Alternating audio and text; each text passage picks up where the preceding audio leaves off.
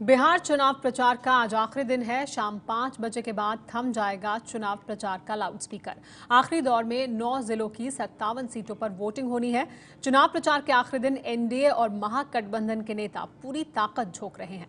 दरभंगा में आज नीतीश कुमार की 6 रैलियां हैं। बिहार चुनाव के खत्म होते होते लालू और मोदी का झगड़ा छठी के दूध तक पहुंच गया है। लालू ने आज मोदी पर बरसते हुए कहा कि वो मोदी को छठी का दूध याद दिला देंगे। नरेंद्र मोदी तो वापस चले गए। कल नरेंद्र मोदी बोले हैं दरभंगा को कि लालू नीतीश का 6 दिन शेष रह गया है, तो छठी का दूध हम लोग याद करा देंगे नरेंद्र मोदी को। 6 दिन जो रह गया ना, तो छठी का दूध याद करा देगी बिहार की जनता। सफाया है भाजपा। और बीजेपी की तरफ से राम कृपाल यादव ने जवाब देते हुए कहा है कि 6 दिन के बाद पता चल जाएगा कौन किसको छठी का दूध याद दिलाएगा।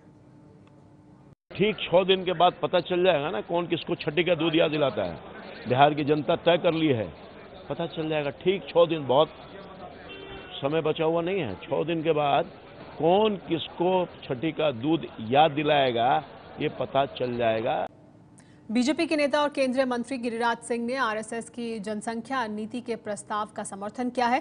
गिरिराज सिंह ने कहा है कि अल्पसंख्यकों की आबादी को लेकर कानून नहीं बना तो देश आने वाले दिनों में पाकिस्तान और बांग्लादेश बन जाएगा। गिरिराज ने कहा है कि जिन जिलों में मुसलमानों की आबादी ज्यादा है वहां हिंदुओं की हालत बहुत खराब है।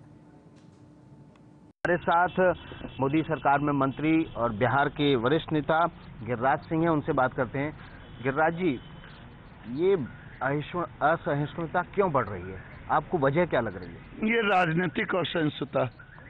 जो लोग 74 के इमरजेंसी के समय जिनकी जुबान बंद हो गई, सारे अखबारों के पन्ने सादे रहते थे। जिस समय कश्मीर में हुआ उस समय उनकी बंद हो गई। जिस समय 84 के दंगे हुए बंद हो गए। ये कौन लोग हैं? उनके बैकग्राउंड को देखें कि किस आइडियोलॉजी से जुड़े लोग रहे हैं। भारत को बदनाम करना चाह रहे हैं। भारत जो प्रगति के पथ पर है उसको बदनाम करना चाह रहे हैं। भारत को कैसे बदनाम कर रहे हैं? वो तो एक खास पार्टी यानी कि बीजेपी पर आरोप लगा रहे हैं, प्रधानमंत्री पर आरोप लगा रहे हैं, आरएसएस पर आरोप लगा रहे हैं।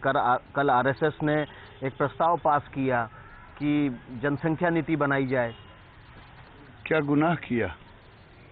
क्या देश में विकास हो पाएगा जब तक मृत्यु दर और जन्म दर को बराबर न किया जाए? जब हम 4 लेन की सड़कों को सैंक्शन करते हैं, जमीन पर उतरते उतरते 8 लेन की आबादी बढ़ जाती है। कौन सा गुनाह किया? अगर ये ना कहें तो भारत को क्या तरक्की करना है कि नहीं करना है? और सामाजिक संतुलन भी बिगड़ रहा है, इससे नकारा नहीं जा सकता है। सामाजिक संतुलन से क्या मतलब है आपका? क्या सामाजिक संतुलन से मतलब नहीं है?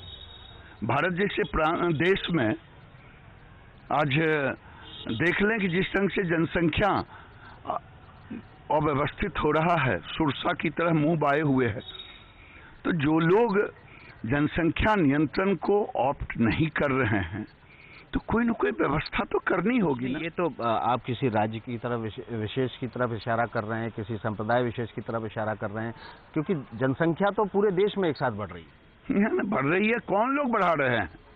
इसलिए देश को एक बार सोचना पड़ेगा कि देश का विकास करना है कि नहीं, सामाजिक संतुलन रखना है कि नहीं। और सामाजिक संतुलन भी रखना बहुत जरूरी है। सामाजिक संतुलन अगर नहीं रहा तो ये पाकिस्तान की स्थिति हो जाएगी, बांग्लादेश की स्थिति हो जाएगी। तो आप ये कहना चाह रहे हैं कि बांग्लादेश और पाकिस्तान में हिंदू खत्म हो गए, अल्पसंख्यक खत्म हो गए, यहाँ पर भी अल्पसंख्यक खत्म हो जाएंगे? यहाँ तो बहुसंख्यक अब अल्पसंख्यक में परिवर्तित हो रहे हैं। हम साहब आज़ादी के समय 90-92 थे, अब घट करके हम आ गए हैं, बहुत नीचे आ गए। तो हिंदू कभी कट्टरपंथी हो नहीं सकता। हम तो सामाजिक समरसता को बनाने वाले संप्रदाय हैं ये हिंदू समाज।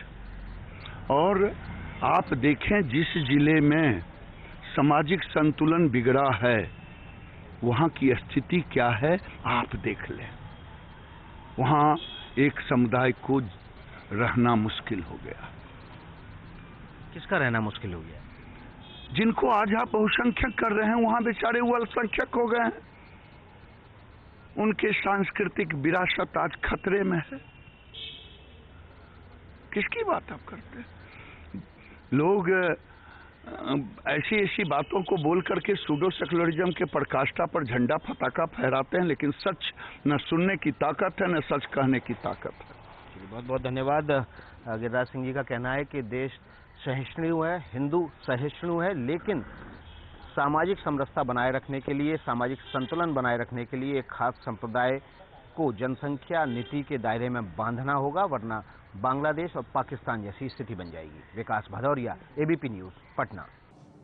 मुसलमानों की आबादी को लेकर जो बयान दिया गिरिराज सिंह ने, जो आपने सुना, उस पर जेडीयू की तरफ से भी प्रतिक्रिया आई है। जेडीयू का क्या कहना है इस पर क्या प्रतिक्रिया उनकी? संजय सिंह से बात की एबीपी न्यूज संवाददाता प्रतिमा मिश्रा ने। से विवादित बयान दिया और इस पर बात करने के लिए जेडीयू के मुख्य प्रवक्ता संजय सिंह हमारे साथ मौजूद हैं। सर, गिरिराज सिंह ने कहा है कि जिन जिलों में सामाजिक संतुलन नहीं है वहां बहुसंख्यक जो लोग हैं उनका जीना मुहाल हो गया। किसको किस तरीके से देखते हैं? एक बार फिर से देखा जाए तो अल्पसंख्यकों का जो मुद्दा है उसे फिर से उठाया उन्होंने। देखिए, ये गिरिराज सिंह जी हर समय विवादित बयान देकर चर्चा में रहना चाहते हैं, खासकर मीडिया में। और यही गिरिराज सिंह है जो लोकसभा चुनाव के समय इनके घर पर 2 करोड़ रुपया पकड़ाया था, लेकिन आज तक हिसाब नहीं दिए हैं, इनकम टैक्स में हिसाब दिए, क्योंकि केंद्र में उनकी सरकार है। और एक बात बता देते हैं, नीतीश कुमार जी के राज्य में बिहार में बहुसंख्यक हो अल्पसंख्यक हो सभी गले मिल के रह रहे हैं, भाई भाई की तरह रह रहे हैं। यहाँ कहीं से इनका दाल गलने वाला नहीं है। और गिरिराज सिंह, अब चाहे भाजपा के सभी नेता ये मान लिए हैं कि उनकी हार बिहार में तय है। और इसलिए अब पिछले लोकसभा चुनाव में भी इन्होंने बयान दिया था विवादित कि जो लोग यहाँ नहीं हैं वो पाकिस्तान चले जाएं। ये कम्युनलिज्म का, कम्युनल भाषा का प्रयोग करते हैं वोट का ध्रुवीकरण करने के, लेकिन यहाँ वोट का ध्रुवीकरण नहीं हो रहा। ये अंतिम लड़ाई है 5वां फेज का। इस तरह कई एक तरह का भाषा का इस्तेमाल करेंगे गिरिराज सिंह जी। तो ये माना जाए कि जो आखिरी चरण है उससे पहले ये पैतरा अपनाया गया है ताकि एक बार फिर से जो उन्होंने इससे पहले जो कोशिश की थी वो सफल हो सके। ये आखिरी सबका दांव चल रहा है। आज आप देखें, राजनाथ सिंह जी ने कहा कि अमित शाह जी अध्यक्ष बने रहेंगे। 2 दिन पूर्व अमित शाह जी ने कहा था कि इस चुनाव से केंद्र सरकार पर कोई असर नहीं पड़ने वाला। तो आप समझ लीजिए इनकी हार तय है, ये मान चुके हैं। अब 5वें फेज में करेंगे क्या ये लोग? ये तो चुनाव में घूमेंगे ही, लेकिन इस तरह का जो विवादित बयान देकर ये चर्चा में रहना चाहते हैं गिरिराज सिंह जी। नेपाल में नेपाल पुलिस की गोली से एक भारतीय युवक की मौत हो गई है, उसको किस तरीके से देखते हैं? देखिए, आदरणीय प्रधानमंत्री नरेंद्र मोदी जी को जवाब देना चाहिए, क्योंकि नेपाल गए हैं, नेपाल को अपना भाई माने हैं, और वहाँ की पुलिस से गोली से हमारे भारतीय नागरिक का मौत होता है, वो बिहारी, ये दुर्भाग्यपूर्ण है। इसमें तो भारत सरकार के प्रधानमंत्री को जवाब देना चाहिए कि कैसे उसकी मौत हुई, कैसे गोलियां चली, कैसे बिहार के लोग मारे गए। ये देखिए, ये लोग इसी तरह का ध्रुवीकरण कराकर आपस में लड़वाकर ऐसा अंजाम देना चाहते हैं कि उनको फायदा हो। लेकिन बिहार की जनता और नीतीश कुमार जी का राज्य का जो सुशासन राज देखा उसको नकार नहीं सकते हैं। नीतीश जी ने जो काम किया उनके आधार पर उनको वोट मिल रहा है और भाजपा का यहाँ बोरिया बिस्तर बंध जाएगा।